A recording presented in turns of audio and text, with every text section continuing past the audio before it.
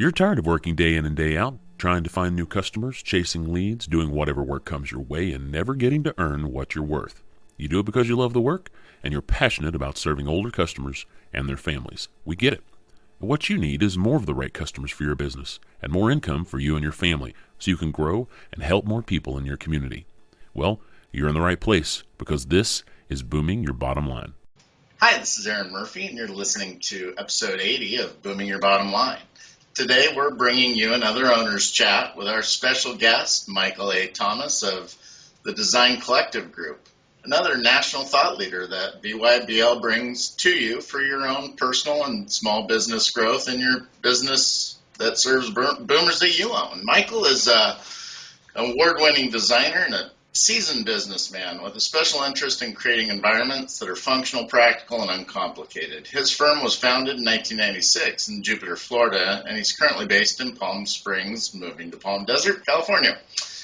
Michael's been quoted and published everywhere, nationwide, from the Houston Chronicle, Palm Springs Life, Time Magazine, Dwell, the Desert Sun, Florida Home and Garden, Miami Herald, the list goes on. He's even been on HGTV and the Travel Channel. So he's a professional member of the American Society of Interior Designers, ASID, which is the accreditation for that. He's been active with them at the South Florida chapter as the president. He's also been the Aging in Place Council Chair and National Board Director.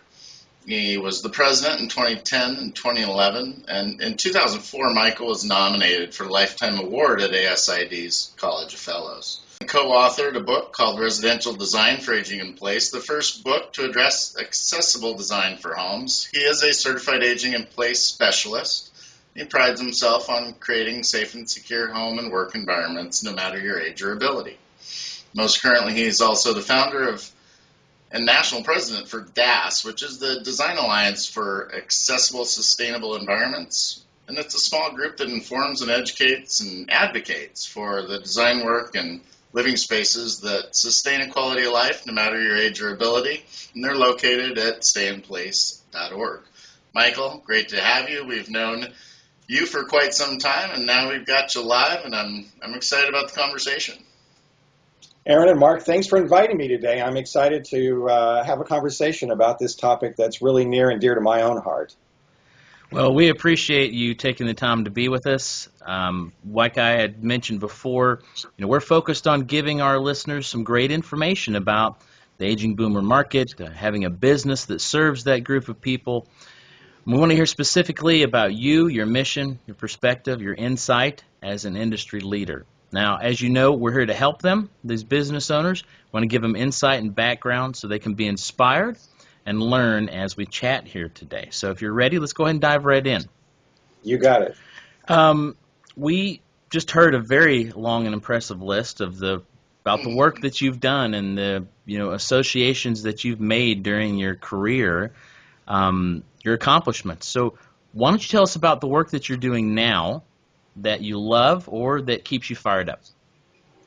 After some 20-some years in South Florida, I decided that retirement was in the future, as I guess most people believe that to be. And I had been traveling to Palm Springs routinely and decided that as I would give up hurricanes and humidity, I would trade that for the desert and the dry and the haboobs and the earthquakes. Right. So there's not a perfect place in a perfect world, but my practice is commercial, hospitality, and residential interior design, and we specialize in keeping projects under control by having a very small staff. The projects that were recently completed included a country club that has an average age of 74 in the country club. Wow. So we were very aware of the elder population and how important it was to design spaces that would be not just ADA compliant, but also very accommodating to an elder group. A recent project, residential project that we helped in the remodel process was a client in his mid-50s who really didn't necessarily want to address the aging in place concept, but we did it anyway. There you go. I like that. And sometimes you just have to do that. But we were able to specify European entries into the shower and taller toilet seats, and we just didn't say anything about it. We just said, this is what you need to do, and guess what? It's a 3,500 square foot, very contemporary residence that you'd never know in a million years because of the transparent design elements, that it's actually quite accommodating for someone who might be aging in place. Yeah. Well, and some of that stuff you can save for later, but prep behind the walls, right? I mean, you and I both know that. We can have some of the tough discussions later, but right now, let's just talk design. So good for you. That's awesome. And I did see some pictures of that project on social media. I don't know if it was LinkedIn or otherwise, but nice job. Very beautiful work that you do. So, Michael, for those that don't know you, let's back up. How did you first come across the concept of aging in place, probably before it was even a term 20 years ago? And what got you excited about thinking of that as a niche opportunity and a business model that you cared to pursue? Sometimes opportunities happen by accident. Yeah. And this was a case for me. I was at work one day when I got a call that my mother had fallen, and she was getting ready to have surgery, and then I needed to travel to the hospital. And the situation was that she was a very independent soul and decided in her path of life not to do any chemotherapy to deal with the cancer that was invading her body. And so she wanted to be at home as much as she possibly could, doing all the things that she wanted to do. But unfortunately, when she stepped out of the shower one day, she stumbled on that curb that is, for whatever purpose, I have no idea why that curb is even there. But she stumbled and fell, and when she hit the floor, she broke 3 vertebrae in her spine. And so that was a day of, okay, why? Why didn't I know that she was afflicted with this particular health issue? How is it that she was able to survive, which was the surprise of the physician? Because oftentimes when the vertebrae breaks, it breaks out breaks into the spinal cord. In this case, it was broken out. Short story then is that she was not able to go back into her home because 3 days later, children playing with matches next door burned her house down. Oh, my Lord. So it was, okay, now how do I deal with becoming a caregiver? And then it was sort of a revelation of how do I address this for myself? And then it was sort of that dawning moment of going, okay, maybe I need to be addressing this with my clients because safety and security is not necessarily always a part of functionality and design. Mm-hmm. So it was that sort of, pivotal moment of, am I missing something here? Is the design world missing something here? Should we not have been making all interiors, all structures as safe and secure for people no matter how old they are or how afflicted they might be with some health issues? And that's basically that particular phone call that morning was the sort of the change for me of realizing that I needed to do something more, not just for my mom and for myself, but for my clients as well. Well, as you started down this path and you've had this revelation about design, we need to be doing design different, right? We need to be doing it differently for everyone. What did you really hope to accomplish? I mean, what was your initial goal to accomplish? Well, in that first few days that she was in the hospital, it was trying to discover if it was going to be possible for her to be brought back into my home. And that just wasn't possible. Physically, it wasn't possible because of the environment that I was living in. Narrow doorways on the 5th floor of a building, did have an elevator, but not necessarily large. But then you start to look at the body of clients that we had, most of which were 55 and older, and realizing that occasionally we would hear about them playing tennis and falling and breaking an elbow, or having to have knee surgery. Mm-hmm. And it's like all of these sort of disconnected points begin to make a storyline. There's something here that's not working in the design of buildings, and how can I learn as much as I can as quickly as possible to begin to make these spaces not just sound but secure. And it was really discovering what the options were for myself and for my mom, but what was out there in the marketplace that would be aesthetically pleasing so that people would accept these ideas rather than a gas station grab bar that you buy at the big box store. Right. Right. Yeah. And as we've all learned, and thank goodness, I feel like at some level, R&D and the product design part has done a nice job of getting out ahead of the curve. And it's us playing design quarterback as to how those pieces all come together from, the grab bar or the no-slip floor, and home monitoring, and, that's part of our job. Tell us about something. Now that you've been fully, delved into this, and clearly your credentialing proves that, you've been in it, you've been under the water swimming in this story for a long time now. What is something that you've recently experienced or witnessed that really had an impact on you, whether it was a client experience or a conference or something you learned from your peers? Again, our listeners, a small business owner in this space that has way less experience than you, most likely. What can you share with them?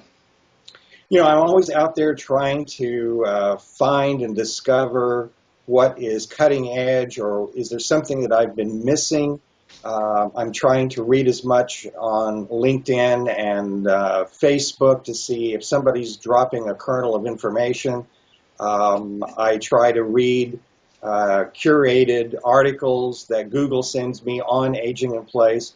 But I got a phone call from a realtor in San Diego who specializes in helping elders to decide whether they need to remain in a particular home, whether they need to update that home in order for them to stay there, whether it's important for them to move on. And he works with a team partner that has really been focusing on this elder community and giving them the advice that they need about whether that piece of real estate is really worth staying a part of their estate. And the call was about inviting me to speak at a panel discussion for an organization that I didn't even know existed. And I have to tell you, that was sort of like, wow, this is an interesting group. And it's the Professional Fiduciaries Association of California, the PFAC. And this was a group that I had to go in and look at their website because I had no idea what a fiduciary was actually about. I thought it was a banker. Yeah. So what I found is that these are people who are hired by families to help manage the estates of a loved one. They are often contracted by an attorney for the families. They are sometimes hired and appointed by a court of law if there are some legal issues or precedents that require someone in an independent, trustworthy position to manage the welfare, if you will, of these individuals. And obviously, if someone is able to hire and contract with a fiduciary, then there must be, honestly, money behind that. And after all, part of what makes everything work in business is the ability to fund and purchase services. So I decided to go. Good idea. So we were the very last presentation on the last day, which is not always the best position to be in. But we, as a team, presented the idea of how important it was to stay in place and how a fiduciary might bring in an architect, an interior designer, a remodeler, a social worker, a healthcare person as a solid team of advisors and consultants to help these individuals not just sell the real estate, but really determine if there was a future for them to be in that residence for any short or long period of time. And they're not required to be geriatric care managers or anything like that. It's this whole other point and lead on a project team building. It's, like I say, it was new experience to me. When we started at 11 o'clock that Saturday morning a few weeks ago, I think we had 5 people. By the time we were into the program, we had about 45 people because people were milling around, and all of a sudden they realized that we were imparting some really interesting information. Awesome. Fiduciaries had evidently not really considered interior designers as a part of the mix, or remodelers for that matter of fact. So this was like, okay, now how do I connect or how do I network with these individuals? Because obviously they're in a place of influence, a place to bring in others that we might team with in order to make a real comprehensive assessment of where these individuals might need to be. That's pretty amazing. What a great opportunity, too. I mean, to be able to stumble on something like that you'd never even heard of before, and then it turns out you get to address people that maybe you didn't even consider peers before. Yeah. It was news to me. And boom, they were. That's pretty cool. Now, you know what? I want to go off script here for just a second. I know we talked about specific questions we're gonna ask, but it just came to me about a conversation that you and I had, I don't know, a year and a half or 2 years ago about talking about what you do, right, with the customers, talking about the good design. And you mentioned it just a few minutes ago where in that residence that you worked on, you slid in the design, the good design, right, the European shower entrance, and to make it, seamless for him. So if he stayed there, it would be good for him later on. I mean, we know, that the beauty of good design is that it's invisible, right? That's when it's good, when it's just a part of the environment and it just looks awesome and it does what it needs to do and everybody's happy. But let's talk a little bit about how things are for you and your peers, because obviously you're really plugged into the design community. How are you all faring with talking about the idea of design, and aging, or with a handicap, or whatever it is? Future independence, whatever you want to call that. Yeah. How's that working out in the real world for you and your peers right now? I had an opportunity about 6 months ago to give a continuing education workshop for a group of interior designers in Los Angeles. And I think some of them were there because they needed the continuing education credits. I could note that because some of them were actually nodding off. I try to be a pretty dynamic speaker, and I think I have some really important information to share with them. But what I gleaned from this particular group is, why should I be doing that? I mean, my clients are not going to want this.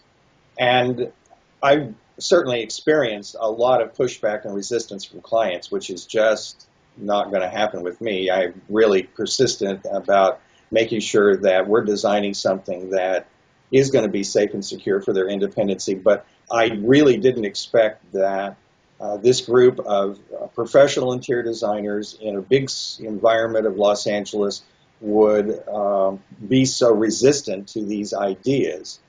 And so I tried to reshape my presentation in the moment that the PowerPoint's going on and really talk about how this might affect them. And when they begin to look at their own lives and the lives of their families, perhaps their parents or their other relatives, I tried to couch it as these are ideas not just for your clients. These are ideas that are relevant to you. Because at some point, guess what? You're going to be 50, 60, 70, 80 years old, and you're going to need these kinds of things just as much as your clients.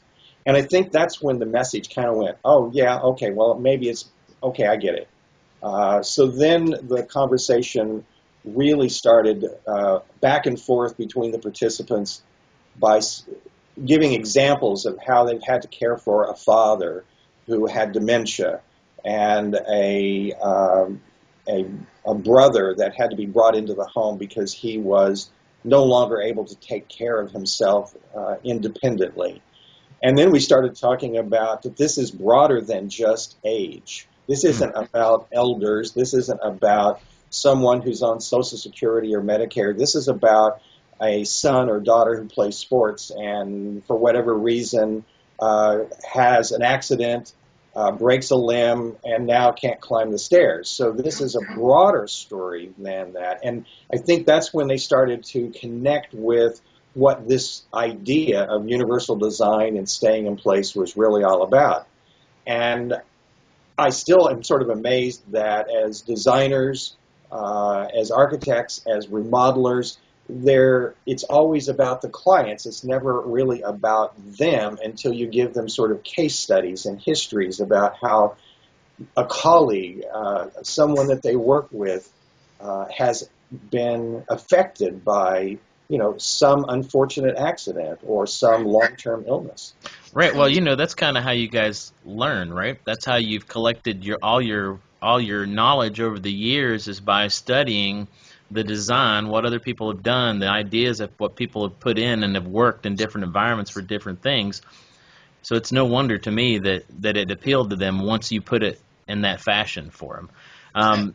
And it's interesting, and I smiled when you said what you said about it being this bigger discussion, because Aaron and I, together and with other people out in this niche, have been having conversations over the last 6 months about this whole idea of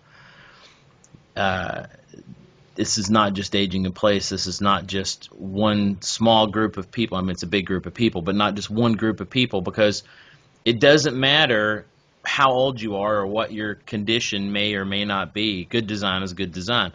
But this whole idea of the longevity economy, right? The business of working with people through their older years, that's just going to keep getting longer, right? And what we've traditionally had was people, that were old in their 70s. And now, if you ask somebody who's in their 70s what old is, they're going to tell you it's 100, right? I mean, that's the time we live in today. So being able to address this more holistically as professionals, right, and knowing that it applies to everyone, I think this is a bigger conversation that's beginning to swell. Well, I'd like to reinforce that. I had given a virtual lecture to a college classroom of interior designers in Wisconsin, and they used my book as a textbook in their class.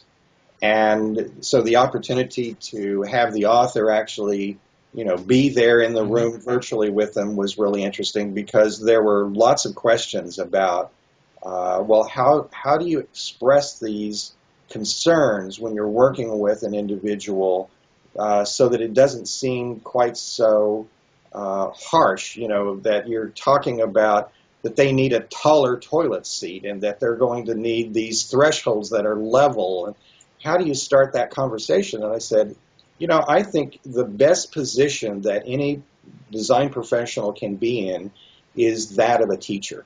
So think of yourself as an instructor, and you're giving them all this information. You're giving them all the options that they need to consider.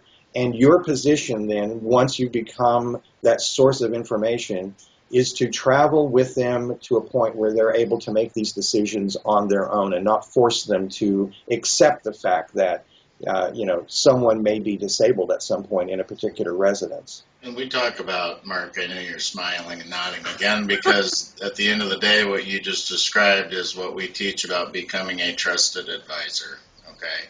And if you're going to stay, I use your name pretty regularly, Michael, with regard to when I'm on stage and I have a microphone and I reference your terminology of Cleopatra syndrome. Thank you for that. Well, I make sure you're credited every time. I just love it. Being the queen of denial. You can't fix that, but what you can do is just talk about freedom and independence and the longevity that we've never had before. And if home is home base, that gives you all that freedom, how do we make sure that, your house is enabling to you, and empowering? I had one client that had an estate home that they purchased as a second home. They were from upstate New York, living in South Florida. And I was really hot on this idea of making a home as independent as possible for them. They were both very active. They traveled, they golfed, they tennised. I mean, they were eating, going somewhere all the time. Mm-hmm. And I was excited to present this idea of universal design in the remodel of their house, and completed the presentation on the materials, the plumbing fixtures, the tiles, the cabinetry, and all the things that were going to go into that particular bathroom. And she kind of sat back, and there was this pause, and I'm thinking, what is she not like? Because everything is so good. And she said, I appreciate all that you've done, but I'm not going to have any of that crap in my house. And I'm going, okay, so the tile is porcelain, it's Toto toilets, it's, Blanco sinks, it's all the really nice things. And she said, no, I just would not want to have anybody walking into my home thinking that I'm disabled. And it was like, you're not going to have any of this crap. You don't want to necessarily, you're more concerned about the neighbor or the friend who's coming into the house rather than having an environment that is going to support you in the most dangerous room of the house. Mm-hmm. Right.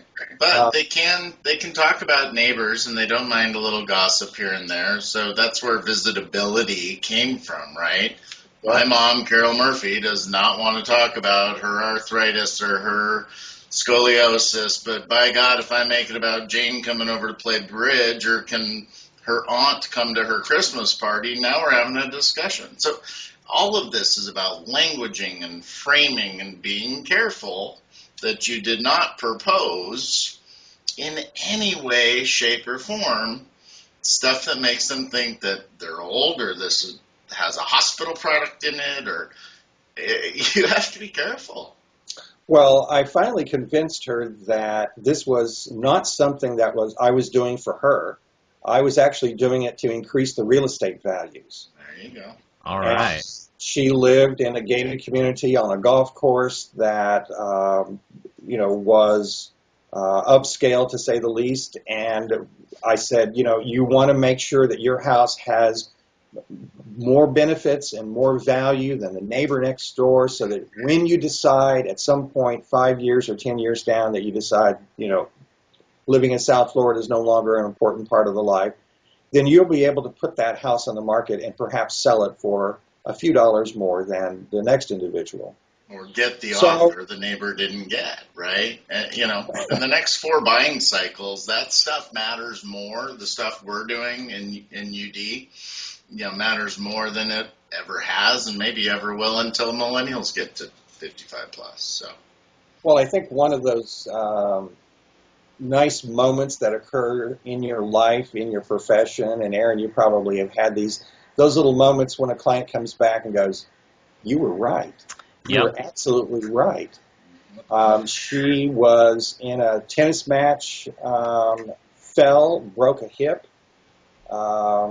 I didn't know any of this was occurring, but she was able to leave the hospital early. She was able to come home from the extended care facility early.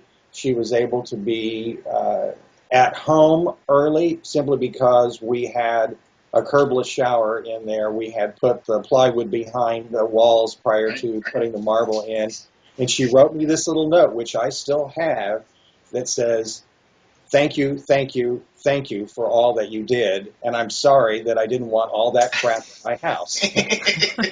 I love it. Well, let's get back on script, but I have a very similar experience.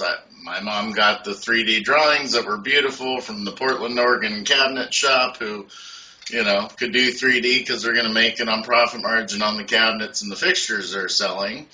And I said, "Mom, just give me the drawings for 5 minutes and a red pen, because then what I will promise is you'll never have to say I was right, and I'll never have to say I told you so." And that's a win-win. That's perfect. Oh, well, listen, we're going to skip ahead a little bit here. Okay. You've had a lot of stuff go on in your career, and you've been able to be a part of some great organizations and do some really interesting work. What's on the horizon for you right now? What's coming up next? We're making the move from downtown Palm Springs to downtown Palm Desert, where it will give me the opportunity to be closer to an existing base of elder clients and people, quite honestly, that have deeper pockets than where we were. It will give me an opportunity to have a little larger showroom so that I can display some of the parts and pieces of my design in a way that our current location has not been able to provide. I helped to found an organization called the Design Alliance for Accessible, Sustainable Environments. We call her DAASE, D-A-A-S-E. And when this group of 6 of us started talking about aging in place in the Coachella Valley, which is the Palm Springs area, we were all on different pages. We were all trying to go after essentially the same design concepts, but we were coming at it from different points of view. And we decided that it was important to create an organization that would be initially informal, just that we would be sharing information about resources and knowledge, and we'd be bringing in team partners such as a remodeler or another CAPS person or a social worker.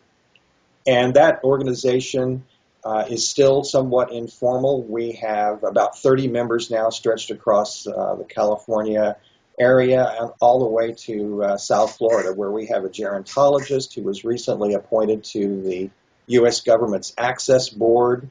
We have an interior designer in Nashville who specializes in certified aging in place kinds of interiors. So we're a little bit of a diverse group now, and the conversation that we were having initially has led us to a point where we wanted to no longer talk about age. Right. It was no longer important to bring age into the conversation that we were having with ourselves as with our clients. So we were trying to figure out how we could put different words onto this idea of independency and safe and secure environments. And we came up with this idea that it was really about staying in place. That's really what it was about. No matter age or ability, no matter how wealthy or how indigent we are, it was really about finding a place that we could feel secure in our own environment, under our own control.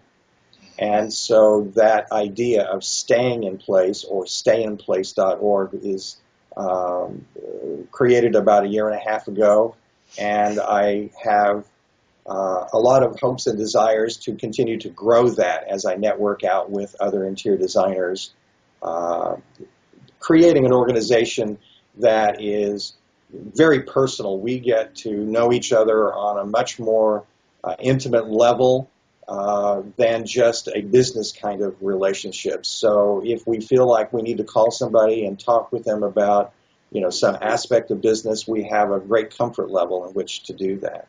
At some level for you, that becomes a mastermind group as well, which has its own value for sure. Yeah. Well, Michael, we talked about, I think there's been plenty of nuggets if you listen to this, this episode and listen between the lines. I'm speaking to the listener. But for those folks, and I'll tell you, for us, our audience, the one we're going after and the one we seem to attract both, which I guess that's good, they align, right, is the remodeler. And I'd say half of them are the occupational therapists, just because of just the whole home mods, home assessments. A lot of people are trying to solve how do we do that. And we've talked, already for a number of minutes about the idea of what you do and don't say, and that has huge value. But you've been doing this for a couple decades. What would you tell a small business owner? What would you tell yourself 15 years ago based on what you know now? What's that nugget? I think interior designers and architects have at the very core of the profession, have an opportunity to build something important for the individual. And bringing in the talent and the expertise and the experience in helping someone determine their own life is at the very highest level, the most important thing that any of us can do. Mm-hmm. And so, as in the case of Nike, I think you just have to keep doing it. You just keep doing it, and I know that it is at times discouraging, but when I get those little notes that say thank you, thank you, thank you, you know that you've made something really important for someone. It's just being persistent. It's continue to go out there, continue to share your conversation. One of the things that I hope to be doing here in the fall is doing a lecture series and going around to the individual country clubs now that we've built a relationship with some of them doing their facilities, and talking about the importance of remodeling their home so that they can remain somewhat secure. I've already got one country club, the one that we've been working on consistently now for the last year, saying, you know what, this isn't just about selling your services. This is about imparting really important information to our residents. Yep. So, and so the idea in their learning center, which seats about 100 people, is to bring in, when do you make these decisions, whether to remain in the home? When do you make the decision that you're going to need care? Why would you hire an interior designer or an architect at the very beginning? Sometimes they're hired at the end just to make it look better or make it work. So we're hoping to do a regular series using DAASE as the entree, if you will, because it's much more palatable to be bringing in a nonprofit organization to impart these ideas than it is for an individual who might come in and try to sell themselves. A for-profit business, yeah. Well, it's good fortune for them that they have someone available to them that has the knowledge and the network, right?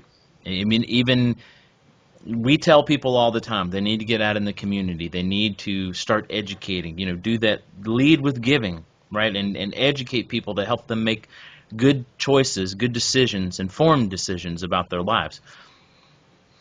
Being able to point them in the direction of the people they need, even if it's not that person, right? Even if it's not them that's going to help them, but being able to do that for them and say, you need to talk to this person, or you need to talk to the person that does this kind of work. And that's exactly what you are able to bring, and DAASE can bring to these country clubs, right? Is you can say, okay, I can talk about this, but you also need to know about this, this, this, and this. And here are the people that can answer those, that can give you that information or give your members that information.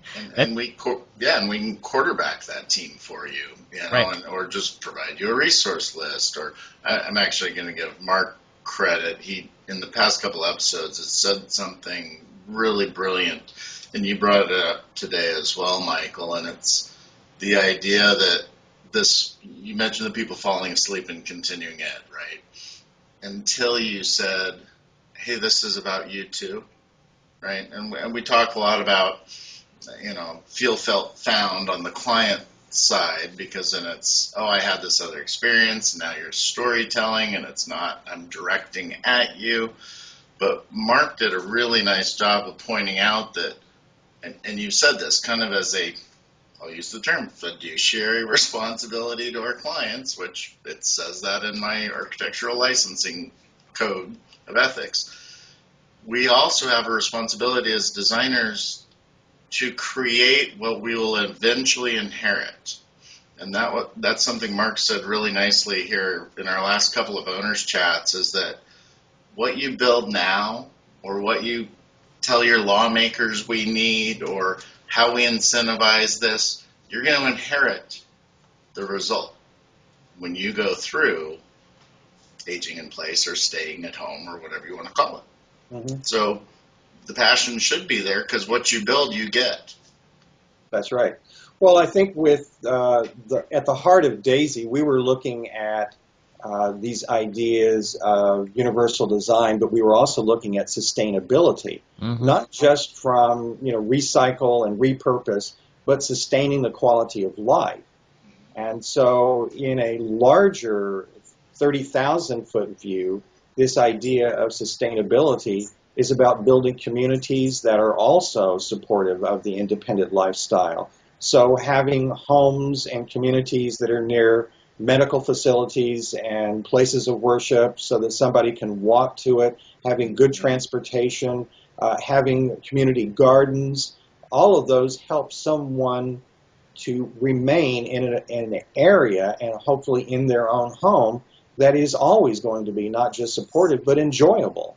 So we kind of went at that 30,000-foot level. We kind of said, this isn't about an individual's home exclusively. It isn't about a community of homes like in a condo building or such, but this is about embracing this idea that all these areas around us need to be as independent and as embracing to the individual as possible. So when we started figuring out what DAASE was really about, it was about sustaining the quality of life no matter where we are.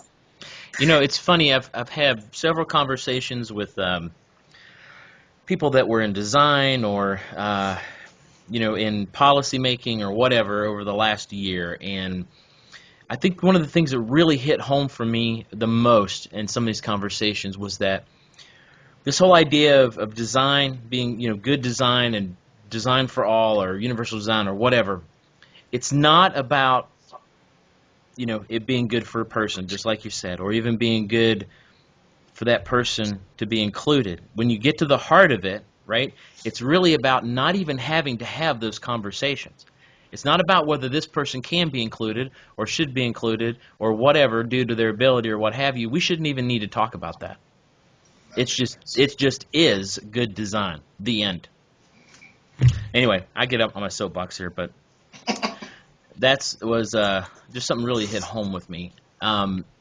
Anyway, it has been really good to talk to you today. I really feel like we've had some great conversation and talking about some big ideas. And we do this a lot, and it's nice to have someone else out in the industry who does this as well, to throw around these ideas to stretch people.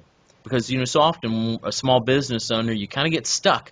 You're doing your thing, you're in the rut of helping your clients or whatever, and you're kind of always doing the same thing because that's what you do, and you never get your mind out there. So having conversations like this, I think, really helps people to consider the possibilities, not just for their own business or clients, but also their place in the greater community that they serve. Why don't you, before we get out of here today, why don't you tell folks how they can get in contact with you? Well, certainly the best way is through DAASE. You can go to stayinplace.org, the Design Alliance for Accessible, Sustainable Environments. That is the passion now for leaving a little bit of a legacy of all the years that myself and so many of my dear colleagues have been working towards. That's the number one place. You can take a look at some of the projects that we've done on our website, which is thedesigncollectivegroup.com. You probably won't realize that some of these environments are actually for staying in place, and we purposely lay that low simply because we're not out there with a big sign saying, this is that aging in place kind of thing. But when we do put the content together, we try to communicate that in a very subtle way that these are places that are indeed for long-term living and for someone's independence. So those are the two ways. All right. Very good. Well, Mark's redesigning my website right now. That's his part of the wheelhouse of our partnership is, the IT and the web stuff. And you see all that at Booming Your Bottom Line. That's his baby. But I'm just thinking out loud, this is a similar conversation one we had with Louis Tenenbaum about languaging. And right. I may take the term aging in place out of my portfolio list of residential, commercial, and other, And I've started using words like empowering housing and forever homes and just left the rest alone. But Well, I think if I were to, start a revision of the book that my co-author Drew Lawler and I did in 2006, where we used aging in place as a predominant part of the title, I think we would really reconsider how we would communicate the content through a different title.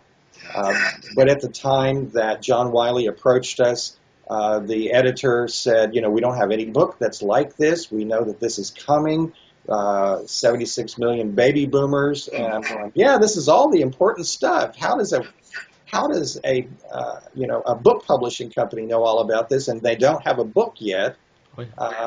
So I think that in the future we need to be very cognizant of the language that we use, that we are confidants, and we're instructors, and we're teachers, and we're consultants to help them with as much information as they can in order to make the decisions that are important for their particular lives. Amen to that. So getting rid of aging in place would be a good thing, actually. Yeah, I agree, because nobody's interested in talking about aging, but everything else that you do without talking about it is beautiful. So, Michael, it's been a pleasure. Obviously, we could talk for hours. I do want to pick your brain after the show. I was just thinking about, what if the 20 of us that we all know each other, took on a chapter in a book, and it just became a national conversation to each our own expertise. But we'll do that offline. It's been a pleasure to have you here, and I really appreciate you sharing how folks can get a hold of you. And I hope that for our listeners, we do this regularly with Booming Your Bottom Line, having access to these national thought leaders that have been doing what you want to do for decades, that this is really providing insight and passion. And I'm going to leave you guys with the idea that everything you ever wanted is just outside your comfort zone. Yep. Stretch your mind, accept these big conversations as the reality of your own future, and get after it. Until next time, be well, be bold, and boom your bottom line.